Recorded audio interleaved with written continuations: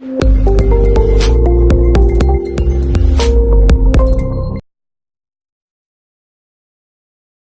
Everyone, greetings from doctor Rashmi's homeopathy.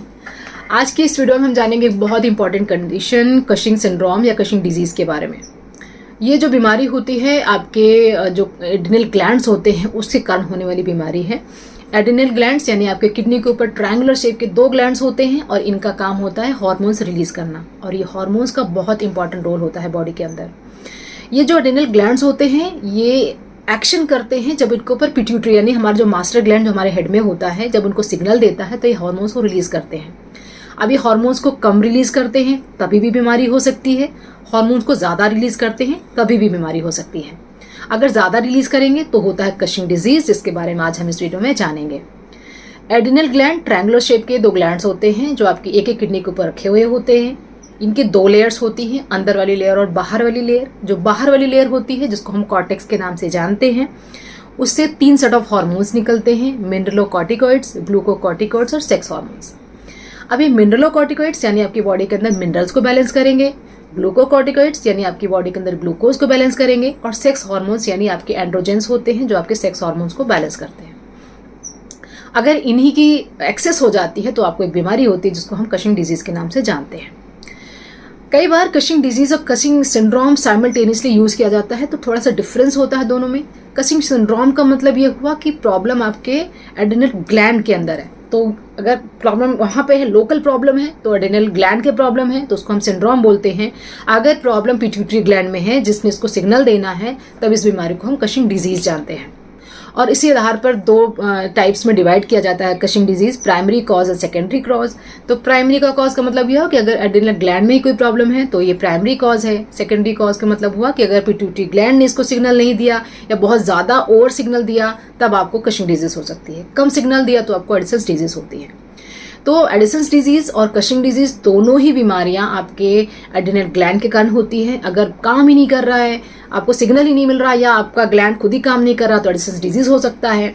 या अगर बहुत ज़्यादा सिग्नल मिल रहा है, लगातार स्टिमुलेशन मिल रही है, भाई सिक्रीट करो, हार्मोन सिक्रीट करो, और या तो फिर एड्रिनल ग्लैंड खुद ही सिक्रीट किया जा रहा है हार्मोन्स, तो इसके कारण जो एक्सेस ऑफ हार्मोन्स हो जाता है तो आपको कशिंग डिजीज हो जाता है।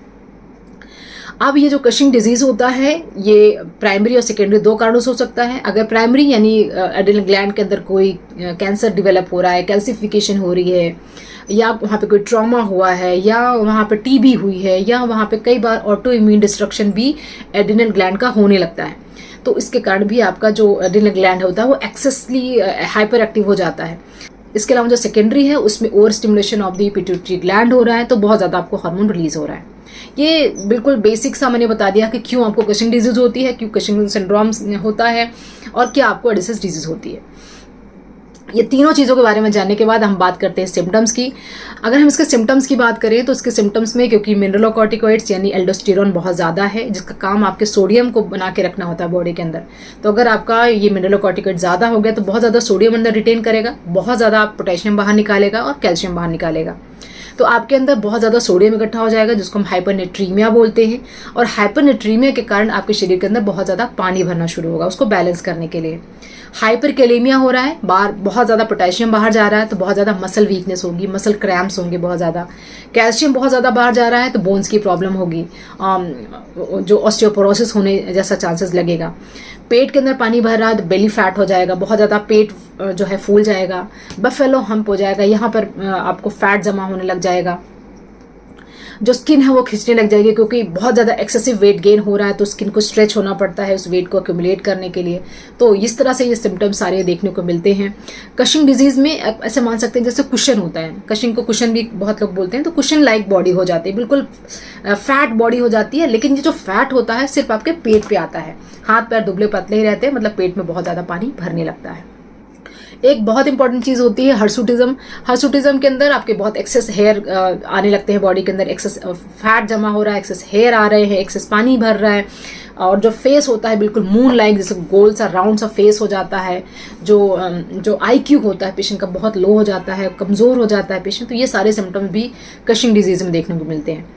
अगर हम बात करें एडिसन्स डिजीज़ की, बिल्कुल उसमें उल्टा होता है, उसमें शरीर के अंदर कैल्शियम बहुत ज़्यादा बढ़ने लगता है, पोटेशियम बढ़ने लगता है और सोडियम बाहर जाता है। और इसके अंदर बिल्कुल अपोजिट होता है, आपके अंदर सोडियम भर रहा है, पोटेशियम और कैल्शियम बाहर जा रहा है।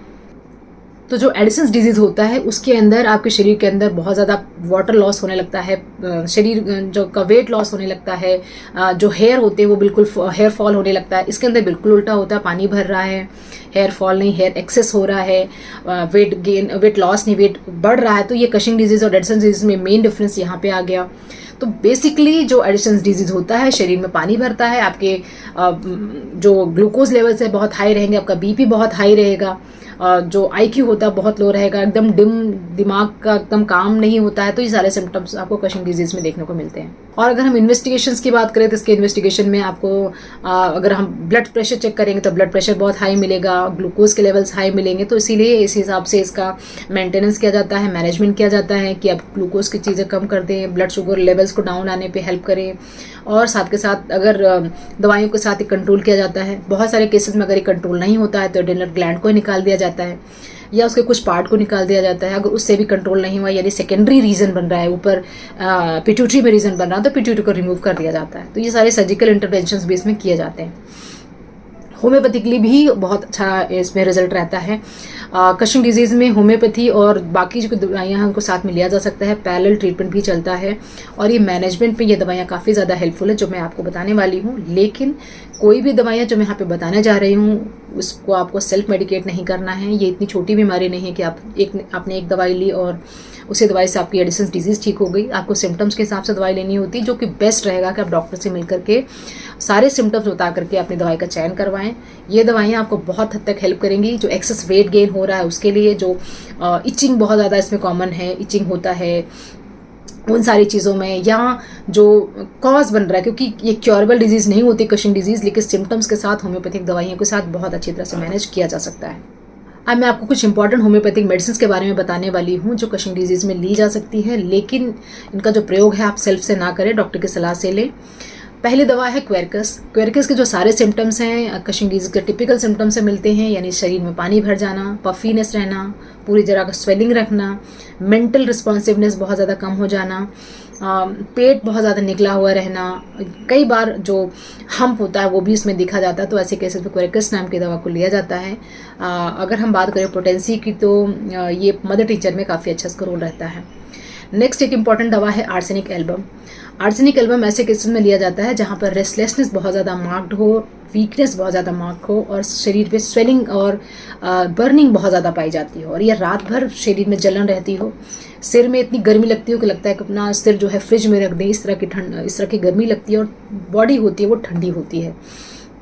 अगर रेस्टलेसनेस बहुत ज़्यादा मार्क्ड रहती तो ऐसे पेशेंट के अंदर आर्सेनिक एल्बम दिया जा सकता है।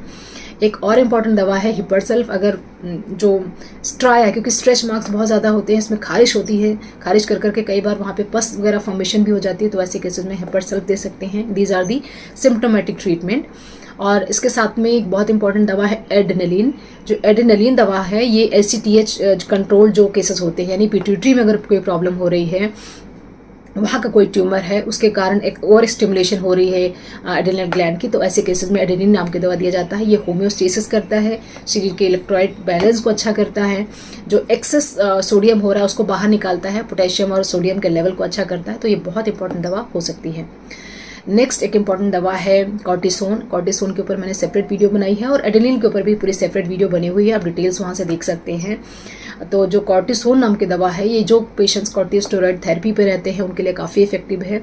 तो इसके अलावा बहुत सारी दवाइयाँ जैसे एपोसाइनम है जो शरीर में पानी भरने के लिए बहुत अच्छी दवा है। तो ऐसे केसेस में ये सारी दवाइयाँ ऐसे ही नहीं ली जा सकती हैं, सिम्टम्स देख करके उसके कौन से सिम्टम्स मैच कर रहे हैं, कौन से सिम्टम्स में हमें रिस्पॉन्स मिलेगा, कौन सी पोटेंसी में देना है, तो हर एक चीज़ एक डॉक्टर डिसाइड कर सकता है। Self medication is strictly avoided, क्योंकि इतनी छोटी बीमारी नहीं है। इस बात को मैं बार बार बोल रही हूँ। अगर आप मेरे साथ फ़ोन कंसल्टेशन या जूम कंसल्टेशन बुक करना चाहते हैं तो व्हाट्सएप नंबर 7017999140 पर व्हाट्सएप करके अपना स्लॉट बुक कर सकते हैं। अगर आप अपॉइंटमेंट बुक करने से पहले मुझे बात करना चाहते हैं, कोई भी क्वेरीज पूछना चाहते हैं, तो कॉल मी फॉर ऐप का यूज़ कर सकते हैं। अगर अभी तक आपने मुझे इंस्टाग्राम पे फॉलो नहीं किया है तो आप मुझे फॉलो कर सकते हैं, वहाँ पर भी मैं ऐसे हेल्थ रिलेटेड रील्स डालती रहती हूँ।